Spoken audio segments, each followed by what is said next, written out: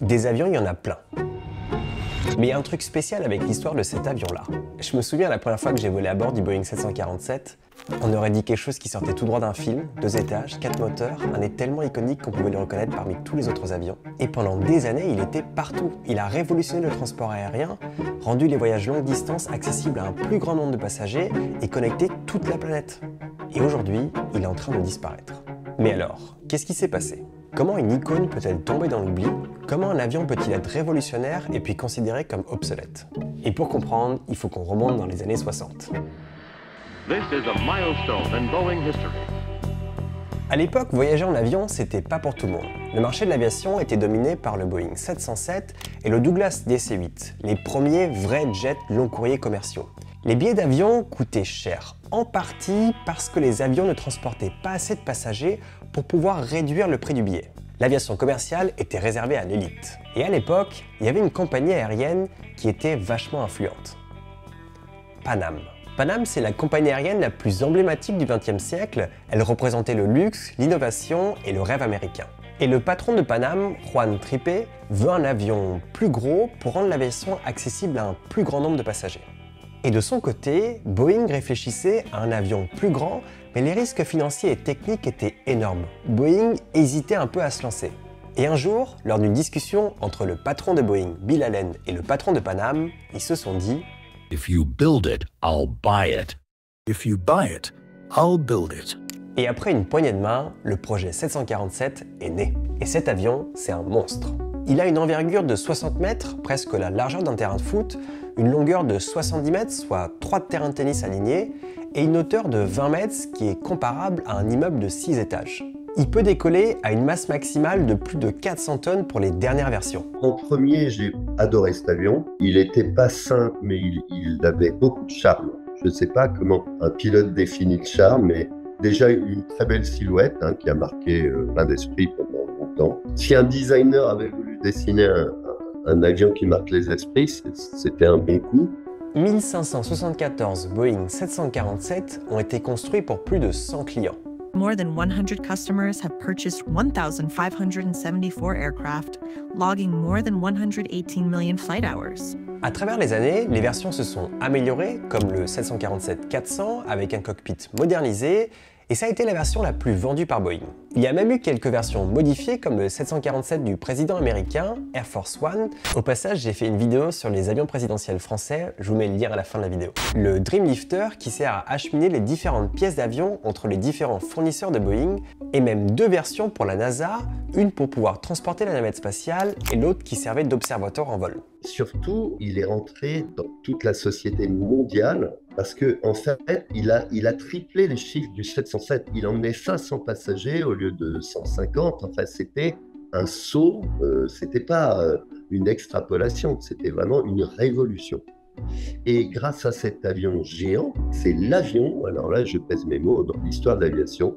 C'est l'avion qui a transformé l'aviation en une activité réservée à une élite. Et c'est lui qui a permis de venir sur un transport de masse, vraiment. C'est cet avion et nul autre. Il y a eu une révolution ce jour-là, pas une évolution. Mais il y avait un problème.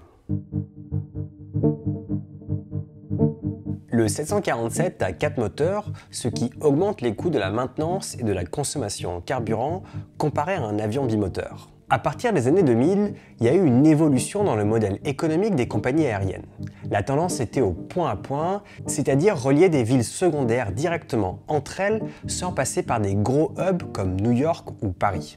Du coup, les compagnies aériennes se sont mis à rechercher des avions légèrement plus petits et plus économes en carburant pour pouvoir exploiter ces nouvelles routes du mieux possible. Les coûts sont très liés à la maintenance des moteurs. Il s'est avéré que la maintenance d'un bimoteur coûtait pas tout à fait moitié moins qu'un quadrimoteur, mais sensiblement moins cher.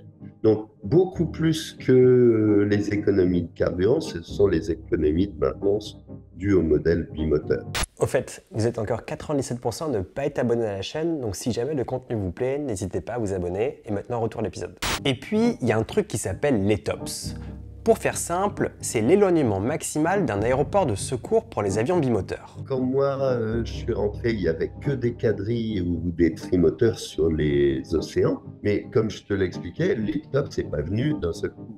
Donc il y a eu un biseau pour la montée en puissance et dû, alors là, à un autre Boeing, c'est le 777, les compagnies l'ont appelé le Money Maker pour la bonne raison qu'il contient quasiment autant qu'un 747, mais il n'a que 2 moteurs.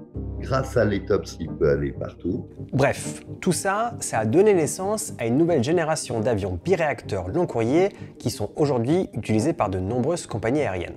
Et puis, il y a eu un événement qui a vraiment scellé le sort du 747. Coronavirus. Coronavirus. There are fears a rapidly spreading virus has reached Australia. This is a rapidly emerging situation. With few exceptions, every airline is flying less than 10% full. Lourdement fragilisé par la pandémie de coronavirus, British Airways a annoncé ce vendredi le retrait des Boeing 747 de sa flotte. Lorsque la pandémie frappe, le transport aérien a brutalement chuté, les compagnies aériennes perdaient des milliards et ont dû réduire leur flotte. Les gros avions long courrier ont été les premiers à être sacrifiés car trop chers à entretenir en période de faible demande. Sur ce graphique, on voit les livraisons des différentes versions de Boeing 747 de 1969 à 2023. Sur 50 ans, on voit clairement une tendance à la baisse avec un déclin après Covid. Et c'est principalement tous ces éléments combinés qui ont mis fin au 747. Alors c'est pas totalement terminé, il y en a encore en service. Des compagnies comme Lufthansa ou encore pas mal de compagnies cargo utilisent encore le 747. Mais en 2023, Boeing a livré son dernier avion, c'était un moment émotionnel pour tout le monde, pour ceux qui l'ont construit, ceux qui l'ont piloté, ou pour des gens comme vous et moi qui sont juste fans d'aviation. Et puis, juste avant qu'on tourne cette vidéo, j'ai appris que l'Airbus A380 regagnait un peu en popularité. Alors, l'A380, c'est le concurrent, c'est la version Airbus du 747 et il souffrait des mêmes problèmes. Et la production avait été aussi arrêtée en 2021. Alors, je ne sais pas ce que ça veut dire pour le 747. Est-ce que lui aussi va regagner en popularité ou pas? À vous de me dire en commentaire. Je suis un peu sceptique sur un nouveau supersonique tant qu'on n'a pas travaillé sur le band. En revanche, les avions géants, moi je crois que dans l'avenir, peut-être pas de mon vivant, mais dans l'avenir, des avions géants, il y en aura de nouveaux. Mais je pense qu'ils seront subsoniques, dans les 100 ans qui viennent, mais les avions géants sont incontournables vu la croissance du transport aérien. Dans l'aviation, il y a des zigs et des zags. Donc, comme tu l'as dit, il y a eu une mode du point à point. On a fait de la croissance par le module, puis par le point à point. Mais avec les zigs et les zags de l'aviation, ces deux notions se croisent sans arrêt et reviennent l'une ou l'autre. Donc moi, je crois tout à fait au retour d'avions géants. En tout cas, ce qui est sûr, c'est que le 747 a marqué l'histoire de l'aviation comme peu d'avions l'ont fait. Il a changé notre manière de voyager, de rêver ou même de regarder le ciel. Alors même s'il disparaît peu à peu des pistes, il restera toujours une légende dans les airs. Au fait, voilà la vidéo dont je vous parlais juste avant sur les avions présidentiels. Bon, alors il n'y a pas de 747, mais il y a des beaux avions, donc je vous conseille d'aller la voir. Et puis moi, je vous dis merci d'avoir regardé la vidéo et je vous dis à bientôt. Ciao, ciao!